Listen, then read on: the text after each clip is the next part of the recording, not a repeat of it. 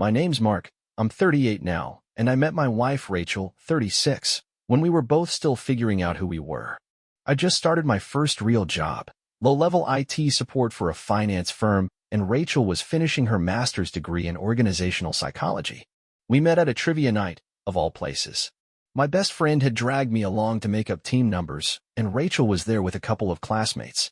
Her team crushed us. She knew every random fact about European capitals and obscure 80s movies, and I was, well, useless, but very impressed. After the quiz ended, we somehow ended up at the same table. I don't even remember who sat down first. We started talking, one of those conversations that doesn't end, that spills into everything and nothing at once. She had this energy about her, sharp but relaxed, like she didn't need to prove anything to anyone. I like that. I asked her out before we even left the bar. She made a joke about how it was bold of me to ask someone out after getting annihilated by them in trivia. But she said yes. From that point on, it was kind of a slow-burn love story. We dated for almost 3 years before we moved in together. We were both cautious about big steps, me because I'd seen my parents' marriage implode, and her because she was big on independence. But once we moved in, everything just clicked. A year later, we got engaged. A small wedding followed, family and close friends, nothing extravagant. Just a little vineyard an hour outside the city and a ton of laughter. I remember her speech. She's not a huge public speaker, but she absolutely nailed it. Said something like, "I used to think I'd never settle down because I'd never find someone worth compromising with. Then I met Mark, and it didn't feel like compromise at all. It felt like home." We've been married for 8 years now. We live in a cozy 3-bedroom house in a quiet neighborhood. It's nothing flashy, but it's ours. We painted the walls together, built the bookshelf in the living room, argued over light fixtures, and ended up keeping the one we both hated the least. That kind of thing. No kids, something we talked about early on. We gave it a try for a while, but life took us in a different direction, and now we're settled into being just us. We both work full-time. I do remote IT project management, and Rachel's in HR, handling training and development. She's really good at what she does, one of those people who somehow manages to remember every birthday in her office and still stays on top of 6 different reports. We split most things pretty evenly. She cooks better than I do, so dinners are usually her thing. I do most of the cleaning and the yard work. Our mornings are quiet, coffee, news, a bit of small talk about the day ahead. Evenings are a mix of shared shows, separate hobbies, and late-night YouTube rabbit holes. Sundays are for grocery shopping, laundry, and doing absolutely nothing once the sun goes down. It's not a grand life, but it's steady, comfortable, and mostly happy. At least, that's how it felt for a long time. Anyway, that's where we started. That's who we were, or thought we were. One of the things I always appreciated about our marriage was the way we settled into this rhythm without really talking about it. You know how some couples seem like they're constantly negotiating the logistics of life? We weren't like that. Things just flowed. Rachel is a morning person, which still amazes me. She's up at 6:30 without an alarm, making herself a green smoothie and reading the news on her phone while standing barefoot in the kitchen. She has this habit of humming while she moves around the house, not quite singing, just a soft little melody she cycles through unconsciously. I used to joke that I knew her mood based on what tune she defaulted to. Disney songs? She was in a playful mood. Indie folk? A little stressed. Total silence? Time to ask if everything's okay. Me? I'm the opposite. I roll out of bed somewhere around 8:15 if I've got meetings, closer to 9 o'clock if I don't. Since I work from home, I've got the luxury of slower starts. I usually find a cup of coffee already made and waiting for me. She never says anything about it. It's just there. Little things like that made our life feel like a team effort. Like we had each other's backs in the background, even when we were wrapped up in our own schedules. Weekdays pass in a kind of blur. She's usually out the door by 8:45, sometimes earlier. I hear her heels click down the hallway, the front door opening, the soft shuffle as she locks it behind her. I'll be at my desk, already halfway into some spreadsheet or trying to troubleshoot some server hiccup, and she'll pop her head in with a quick, "Don't forget to eat lunch," or "Can you water the plants today?" We text occasionally during the day, funny memes, a random "This song made me think of you," or just checking in. Nothing intense. Just enough to stay tethered to each other in the middle of the chaos. Evenings are slower. Rachel usually gets home around 6 o'clock, drops her bag in the hallway, kicks off her shoes, and asks what we're doing for dinner.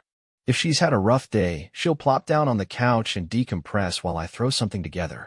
If I've had the rough day, she orders takeout without asking and pours me a drink before I've even said a word.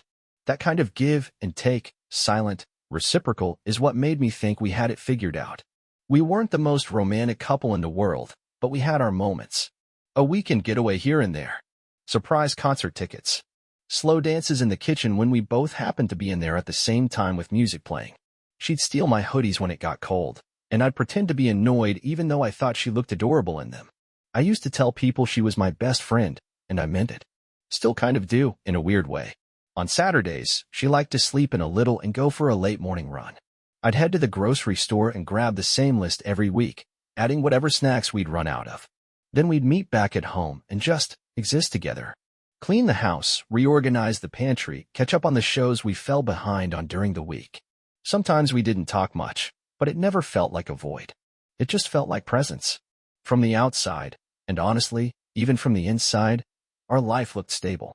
Boring, maybe, to some people, but in a way that felt safe, in a way that felt earned. I used to tell friends who were newly married not to chase the highs all the time. That love, real love, was in the quiet things, the toothpaste cap being on, the heat turned on before you get out of bed, the way you instinctively move around each other in a small kitchen. I believed that. For a long time, I lived it. We were the couple people called solid. You know the type. Not flashy, not dramatic, just dependable. Our friends came to us for advice when they were going through breakups or moving in with someone new. I think people assumed we had it all figured out because we rarely fought in front of others, and honestly, we didn't really fight in private either. We were more the quiet disagreement types, passive sighs, sarcastic comments, the occasional awkward silence that lasted until one of us caved with a dumb joke or a peace-offering glass of wine. There was a comfort in that. I used to think that was the sign of a healthy relationship. Low maintenance, no fireworks, no chaos. And maybe it was. Or maybe I was too comfortable to notice the difference. We were a pretty social couple when we needed to be. Rachel's great with people. She knows how to ask the right questions, remembers names and birthdays, and never shows up anywhere without a bottle of wine or a dessert. Me, I'm quieter in groups, but I warm up once the small talk's over. We hosted dinner parties a few times a year, usually something themed. Tapas night, homemade pizza night, everyone brings their weirdest wine night. Rachel thrived in those settings. Watching her work a room, laughing at everyone's jokes, effortlessly managing conversation, it used to make me feel proud. Like I'd somehow landed someone way out of my league. We took trips when we could, nothing extravagant, but enough to shake up the routine. Long weekends at the coast, the occasional Airbnb tucked away in the mountains, a couple of city breaks when work schedules allowed it. She always planned everything down to the last detail. I was the one who forgot to pack socks. It worked. Financially, we were in a good place. We had a joint account for household expenses and then our own accounts for personal spending. We'd never had any major arguments about money. We were both careful, maybe even a little boring in that department. But we liked knowing that if the car broke down or one of us lost a job, we'd be okay. There was safety in that. Our families were involved, but not overbearing. My mom lives about 30 minutes away and still checks in on me like I'm 15. She and Rachel always got along, maybe a little too well. Sometimes I'd feel like the odd man out when they got on a roll about something. My sister, Laura, was a bit more skeptical of Rachel at first. She's protective of me, always has been, but they eventually settled into a kind of truce that turned into actual friendship over time. Rachel's family is smaller, just her older brother, who lives in another state, and her mom, who moved closer to us after her husband passed a few years ago. Her relationship with her mom is complicated in that way adult relationships sometimes get, love tangled with expectations, unspoken guilt, old dynamics that never quite go away. But they talk often, and we'd have her over for dinner a few times a month. It was normal. All of it felt normal. We had routines, inside jokes, shared playlists, the kind of shorthand that only forms when you've lived a life alongside someone. I knew how she took her coffee. She knew what kind of silence meant I was lost in thought versus the kind that meant something was bothering me. We were each other's default setting. The first person you text when something funny happens. The person you trust with the spare key and the weird dreams and the grocery list and the stuff you don't post online. It wasn't a fairy tale. It was better than that. It was real. Or at least, I thought it was. If you'd asked me back then if I trusted Rachel, I'd have said yes without hesitation. I never had a reason not to. But trust doesn't usually break in one clean snap. It erodes. Quietly. Piece by piece. I can't even pinpoint the exact moment when I first started feeling that something was off. It was more of a slow build, like background static that started getting louder the more I tried to ignore it. It began with little things. Rachel started working later than usual, sometimes staying out for post-work drinks or team bonding events. That wasn't unusual in itself. Her company had a social culture, but it started happening more often. Once or twice a week, then more. She stopped letting me know when she'd be late. Some nights I'd be sitting on the couch at 8 p.m. with dinner going cold, scrolling through my texts to see if maybe I missed a message. I usually hadn't. When I'd ask her about it, she'd brush it off. Sorry, we ran late. Or, it was just one of those days. I didn't press too hard. I didn't want to be that guy, the clingy, insecure husband who can't handle his wife having a social life. But it chipped at me, a little more each time. Then her phone behavior changed. We used to be pretty open with our devices. Not in a creepy way, just normal trust stuff. If she got a message while her hands were full, she'd ask me to check it. If I left my phone in another room, she'd bring it to me when it buzzed. No big deal. But lately, she started keeping her phone face down all the time. At dinner. On the couch. Even when we were watching TV together. She started carrying it with her everywhere, even to the bathroom, even around the house. I noticed because it was different. And when she did get a text, she was suddenly quicker to silence the notification, flick it away like it didn't matter. Like she didn't want me seeing it. I'd glance over sometimes, out of habit, and catch just the edge of a message disappearing. Once I saw a name I didn't recognize, Mila. I asked her who that was, and she shrugged. New hire. She's funny. That was it. It wasn't just the phone or the hours. It was her energy. She seemed distracted. Sometimes even impatient with me. She laughed less. Looked away more. Our conversations felt shorter, less meaningful. And intimacy? It slowed to a crawl. At first, she blamed stress. Then hormones. Then work again. I tried not to make a big deal out of it. I told myself this was just a rough patch. I even looked up articles, signs of emotional burnout, how to reconnect in your marriage. I started taking on more chores, being more affectionate, sending her cute messages throughout the day just to let her know I was thinking about her. She'd respond with a quick heart emoji or you too. That's when I realized I was trying. Really trying. And she wasn't. Or if she was, it didn't look like it. I told myself it wasn't anything, that I was overthinking. But then I caught her in a lie. It was a Thursday. She told me she had a team dinner. I figured I'd surprise her and swing by the restaurant near her office just to say hi. When I got there, the hostess told me they didn't have a reservation for her company. I stood there for a second, confused, like maybe I'd walked into the wrong place. Then I called her. She didn't answer. She texted 5 minutes later. Can't talk. Mid-meeting. Mid-meeting. Not at dinner. Not at the place I was standing in. That's when my stomach dropped. I didn't confront her that night. I didn't know how. I just nodded when she came home, said I hoped her night was good, and watched her lie to my face. She kissed me on the cheek and said it was fine. And for the first time in our marriage, I started wondering if I was living with a stranger. After that Thursday night, something inside me shifted. I stopped making excuses for her. I stopped telling myself this was just a phase, or that I was being paranoid. I didn't go full detective mode right away, but I started noticing everything, every pause, every glance, every lie that didn't quite fit. The next day, Rachel acted like everything was normal. She kissed me on the cheek, made her smoothie, and asked if I wanted anything from the grocery store on her way home. That's what messed with my head the most, how calm she was. How practiced. It made me feel like I was the one going crazy. I didn't tell anyone. Not yet. I wasn't ready to say it out loud, because once I did, I'd have to face it. Instead, I tried to gather whatever scraps of truth I could. I checked our shared calendar. Nothing about a team dinner. I scrolled back through her texts when she left her phone on the counter during a shower, but the message thread with this Mila was squeaky clean. Too clean. A bunch of one-word replies and short, vague messages. It felt scrubbed. I started to think maybe Mila wasn't Mila. Maybe she was someone else, hiding behind a fake name or a burner number. It sounds ridiculous when I say it out loud, but when you're in it, when you're living it, your brain starts working overtime to connect dots that no longer make sense. The distance between us grew, but not in an obvious way. She still did the things she always did, still made coffee, still sat with me for dinner, still laughed at the shows we watched together. but her laugh felt hollow, like it wasn't for me anymore. One night, she came home with her hair curled. Not a big deal on its own, but Rachel's never been the kind of person to touch her hair after work. She's usually exhausted. That night, she came in glowing, light makeup, new perfume I hadn't smelled before, and a takeout bag in her hand. I picked up Ty.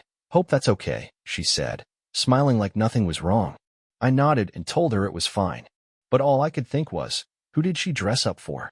I watched her eat. She talked about some issue at work, HR stuff I normally try to follow, but I wasn't listening. I was looking at her hands, noticing her nails were freshly done. I was thinking about the gap between when she left work and when she came home. I was wondering who was in the car with her before she got out. That weekend, I tested something. I told her I was going to visit my buddy Kevin for the day, golf, drinks, the usual, and left early. But I didn't go to Kevin's. I parked a few blocks from the house and waited. Rachel left the house around 1 p.m. wearing jeans and a fitted top, looking effortlessly put together. She wasn't dressed for errands. She wasn't carrying a gym bag or going to her mom's, as far as I could tell. I followed her. Not proud of it, but I did.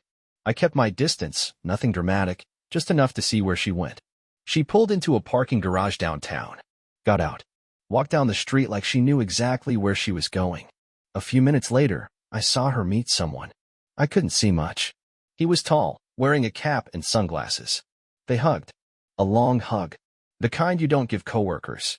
They disappeared into a small cafe. I stayed in the car, sweating, heart pounding like a drumline. I don't even remember the drive home. I just remember walking through the front door and sitting on the couch, staring at nothing. My mind was running, but my body felt numb. When Rachel got home a couple of hours later, she said, "My mom's doing fine. We just had some tea and caught up. You should call her sometime." She lied to my face again, so easily it made me wonder how many other times she'd done it. That night, I lay awake beside her, staring at the ceiling while she scrolled through her phone, her screen lighting up the room in soft flashes. She rolled over eventually and turned her back to me. That's when I knew I wasn't imagining it anymore. Something was happening. And whatever it wasn't new. By this point, I felt like I was living in a fog, half of me trying to go about life as usual, and the other half constantly on edge, waiting for something to confirm the pit growing in my gut. I didn't bring it up with Rachel. Not yet. I think part of me was afraid of what would come out if I did. Afraid of hearing the wrong answer or the right one, depending on how you look at it. So I kept my head down and watched. I kept telling myself maybe there was a reasonable explanation for all of it. That maybe I was just tired, just stressed, just making it worse in my own head. But the signs kept stacking up. She started putting a lock screen on her phone, something she'd never done in 8 years of marriage. I noticed it one night when she got a message and the screen lit up, but all it said was Face ID required. I asked her about it casually, and she said it was for work security. Something about new IT policy. I wanted to believe her. I nodded and let it slide. Then I found a receipt in the laundry. A little paper slip folded into the pocket of her jeans. It was from a restaurant we don't go to, fancier than our usual spots, out near the waterfront. A dinner for two, date and time from a Friday night. She said she had a headache and went to bed early. I sat there on the edge of our bed, holding that tiny piece of paper, staring at the timestamp like it might blink and change. I didn't confront her. Again, I told myself I needed more. I told myself maybe she had lunch with a coworker and forgot to mention it, or maybe the date was wrong. But the truth was, I didn't believe that. Not even for a second. She became more distant. Not cold, not exactly. Just absent. She'd be sitting right next to me and feel miles away. Her attention drifted during conversations. She stopped asking how my day was, stopped sharing anything about hers. I used to know the names of her coworkers, what projects she was on, who annoyed her at the office. Now I'd ask how work was, and she'd just say, fine. We weren't sleeping together much anymore. At first, I tried to initiate, tried to reconnect the only way I knew how. She brushed me off with polite excuses. Too tired, not feeling great, long day. After a while, I stopped trying. There's only so many rejections you can take before you start to feel like a ghost in your own home. One night, I woke up around 2 a.m. and found her out in the living room, sitting on the couch in the dark. Phone in hand, screen glowing. She didn't hear me at first. I stood there in the hallway, just watching her. She had this strange expression on her face, not a smile, not quite sad either. Like she was somewhere else entirely. When she noticed me, she jumped. Locked the phone screen immediately. Can't sleep. I asked. Yeah, she said, pulling the blanket over her lap. Just scrolling. I didn't push. I didn't say what I wanted to. Who are you texting at 2 in the morning? Who are you smiling for when you think I'm asleep? Instead, I just nodded and went back to bed, feeling more alone than I had in my entire life. The worst part was how normal everything looked from the outside. We still went to the grocery store together. We still made weekend plans. We still showed up to dinners with friends and smiled and laughed and played the happy couple role to perfection. But inside that act, I felt like I was unraveling. I was anxious all the time at checking her movements without looking like I was checking, reading her facial expressions like I was decoding a foreign language. Every late night, every vague answer, every overly casual, just a friend mention, it all felt like another pin in my chest. I didn't know anything for sure, but I felt it. In my gut, in my bones, in the space between us that kept growing wider by the day. And I knew something was about to break. It was my sister Laura's birthday. We were doing one of those backyard family get-togethers she loves, grill going, music playing, folding tables full of food, paper plates stacked at the end like always. Rachel was there, laughing with my mom while they made a salad together in the kitchen. I remember looking through the sliding door and thinking, I miss her. That's the part that kills me. Even after all the distance, all the late nights and lies and things she wouldn't say, I still missed her. I still loved her. I still hoped, deep down, that I was wrong, that this would pass, that she'd come back to me. I was outside talking to Laura's husband about a work project when I realized I left my phone charging inside. I went in to grab it, and as I stepped into the hallway, I heard voices, my mom's, Rachel's, and Laura's, muffled but clear enough to stop me mid-step. They were in the dining room. I don't think they knew I was close. I stood frozen, completely still, just out of sight. I don't know why I didn't announce myself. Maybe because something in Rachel's voice sounded different. Not careful, not guarded, just honest. I wish I could forget what I heard. I don't know why everyone's acting like it's such a big deal, Rachel was saying. Her voice was sharp, irritated. He's a good man, sure, but he hasn't made me feel like a woman in years. There was a pause. I felt my stomach tighten. I tried, she said. I did. But I'm not going to live like a martyr because my husband is emotionally asleep. I needed more, and I found it. That's not a crime. Laura asked something I didn't catch, and Rachel's voice came back, quieter. But not ashamed. I have someone. And with him, I feel alive. I'm not hiding it anymore. Mark can keep pretending if he wants, but I'm not going to. I didn't move. Couldn't. I felt like the hallway had collapsed in on itself. My ears were ringing. Then I heard my mother, my own mother, say something I never imagined hearing. You don't have to explain yourself to us. If Mark isn't fulfilling your needs, emotionally or physically, then you're allowed to look for happiness elsewhere. We support you. You deserve that. And Laura chimed in, right on cue. Exactly.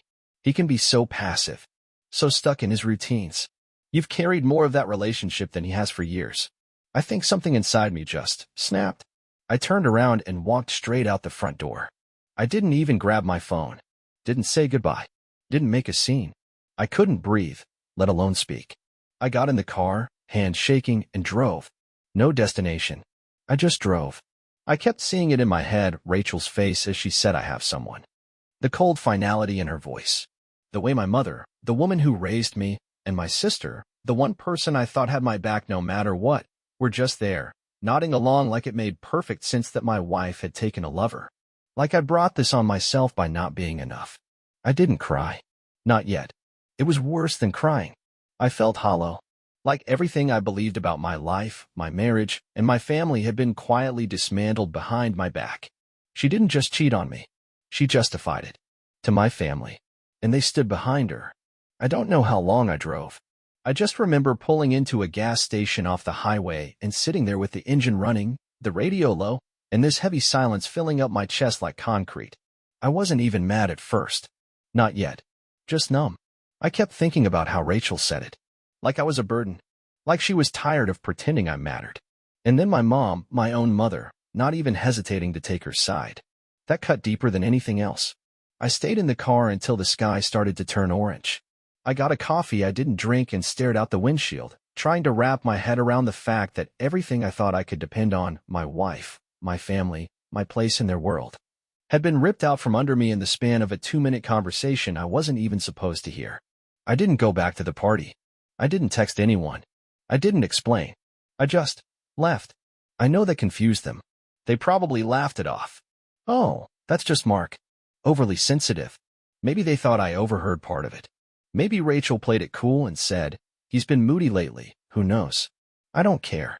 I stopped caring the moment I realized I'd been made into a fool, not just behind my back, but in my own family's living room. By the time I got home, something in me had hardened. I didn't want to cry. I didn't want to beg or plead or confront. I wanted distance. I wanted silence. I wanted her to come home to a locked door and the full weight of what she'd done. I stood in our hallway, staring at the framed photo of us in Lisbon. Rachel was laughing, hair blown across her face, sun in her eyes. I remember taking that photo. I remember thinking, I'll love this woman until the day I die. I took it off the wall and threw it in the trash. Then I got to work. I changed the locks. Every door. Every bolt. I called a locksmith and didn't even flinch when he asked, "You just move in?" I told him, "No. I just moved out of who I used to be." I gathered every single one of Rachel's things I could find. Shoes. Coats. Bags. The overpriced skincare stuff she kept on the bathroom shelf. The drawer full of her gym gear. The little box of keepsakes from our trips. I didn't even look at it. I dumped it all into a few garbage bags, hauled them upstairs, opened the bedroom window, and tossed them onto the front lawn one by one. I stood there, staring down at the mess in the grass. It wasn't enough. So I picked up my phone and sent her one message. I know everything. Don't come home. That was it. No explanation. No anger. Just a closed door. Then I logged into our shared account, the one we used for groceries, bills, monthly spending, and I transferred every last cent out of it. I moved it all into my private account. I didn't even hesitate. She could figure out her own way to pay for her gym sessions and spa appointments now. But I wasn't done. I opened my banking app and pulled up the account I'd co-signed with my mother. She talked me into it years ago, something about, just in case we need help managing bills. I'd never touched it. Until now. I requested a loan under her name. A large one. Enough to make a point. I knew she'd freak out once it processed, but I didn't care. If she wanted to support Rachel so badly, she could pay for the fallout too. That night, I didn't sleep. I sat in the living room, phone face up on the table, waiting for the inevitable string of texts and missed calls. And when they came, just after midnight, I ignored every single one. Rachel was locked out. The mask was off. And for the first time in weeks, I finally felt something close to peace. Not because I was healed, but because I wasn't pretending anymore. Rachel didn't come home that night. I didn't expect her to. I think she knew. When she read that message, I know everything that she was walking into something she couldn't control anymore. For the first time since this whole nightmare started, I had the upper hand. And I wasn't about to give it back. Around 7 a.m. the next morning, I heard a soft knock at the front door. I didn't answer. I sat in the kitchen, letting my coffee go cold as I listened to her try the handle and find it locked. There was silence for a while, then another knock, louder this time. Still, I didn't move. Then came the voice, half sweet, half nervous. "Mark, can we talk?" She sounded like someone who'd just been caught shoplifting and wanted to explain how it was all a misunderstanding. I stayed in my chair. Let her talk to the wood and glass. She knocked again, a little more frantic. Then I heard her footsteps retreat down the walkway.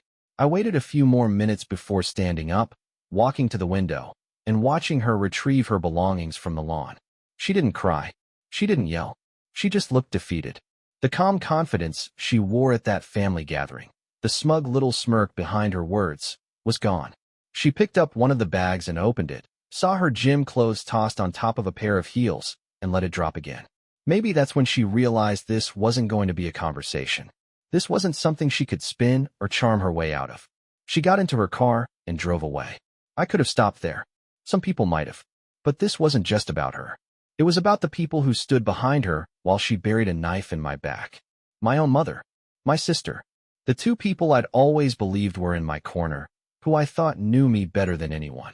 Their betrayal, in a way, hurt even more. Rachel made a choice, sure, but they chose to defend her for it. Justified it. Enabled it. And in that moment, I realized I owed them nothing.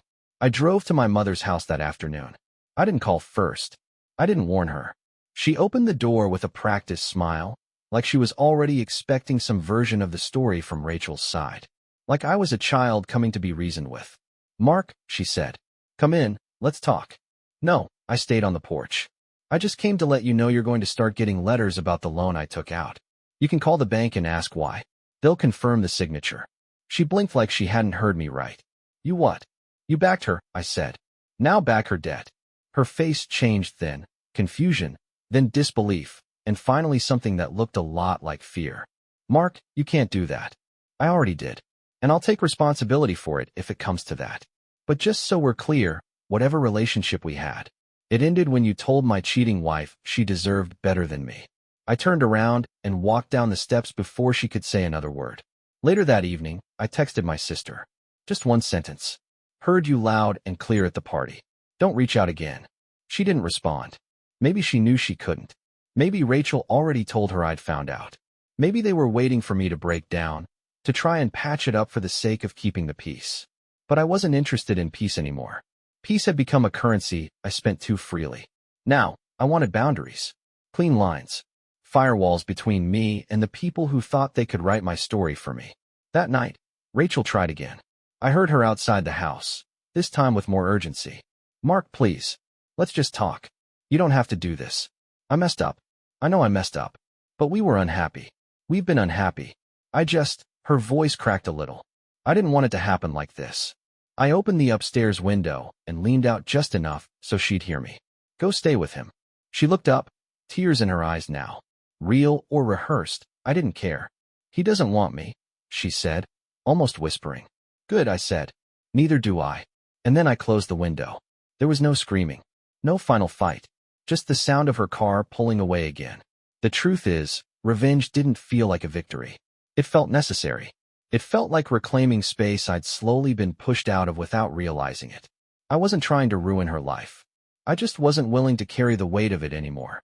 Not hers, not my family's, not anyone's. For years, I tried to be the quiet partner, the good husband, the dependable son. But all that bought me was silence when I needed support.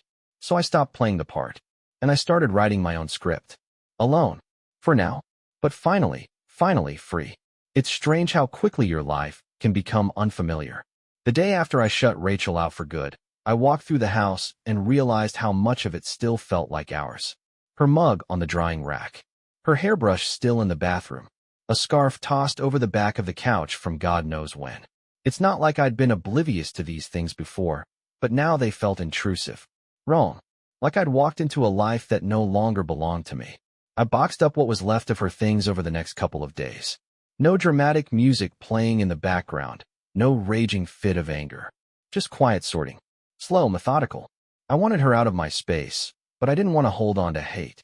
Not because she didn't deserve it, but because I didn't want to give her any more of my time than she'd already taken. Hate is heavy. I was carrying enough already. The silence that followed was sharp at first. That kind of echo you hear in a hotel room after you set your bags down. I didn't realize how much of my life had been filled by just her presence, the creak of the floor when she walked past, the way she cleared her throat when she was reading, even the low hum of her hairdryer from the bathroom down the hall. Now all that was gone, and the house felt enormous in all the wrong ways. But slowly, I started filling the space back in. Not with noise, but with intention. I cleaned the place top to bottom, rearranged furniture, donated old clothes. I deleted every saved playlist we'd made together and started building new ones. Ones that didn't remind me of weekend drives or anniversary dinners. I even painted the bedroom, covered the exact wall where we used to keep photos from our travels. That felt oddly symbolic. Fresh coat, clean slate. I cut contact with my mother and sister completely. Haven't spoken to them since the fallout. Part of me thinks I'll regret that one day, and maybe I will. But for now, I needed to choose myself. They'd made their choice when they picked her over me. Maybe one day they'll try to explain, to make amends. I don't know. That's a door they'll have to knock on. I'm not standing there waiting anymore. For the first time in years, I focused on my own routines. I started waking up early, not because I had to, but because I wanted to. I joined a new gym, started cooking again, even got back into photography, which I hadn't touched in nearly a decade. I'd forgotten how grounding it felt, just walking through the city with a camera, looking for something worth pausing for.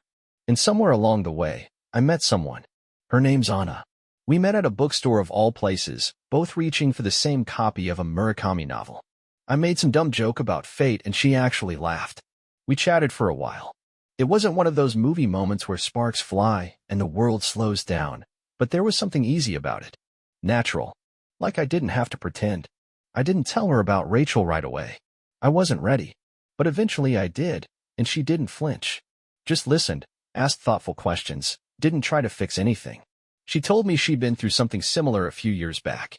Different situation, same betrayal. We didn't trauma bond, thank God. But I think we both recognized a kind of scar in each other that made everything feel a little safer. We've gone on maybe 6 dates now. Nothing serious yet, and I don't know what this will turn into.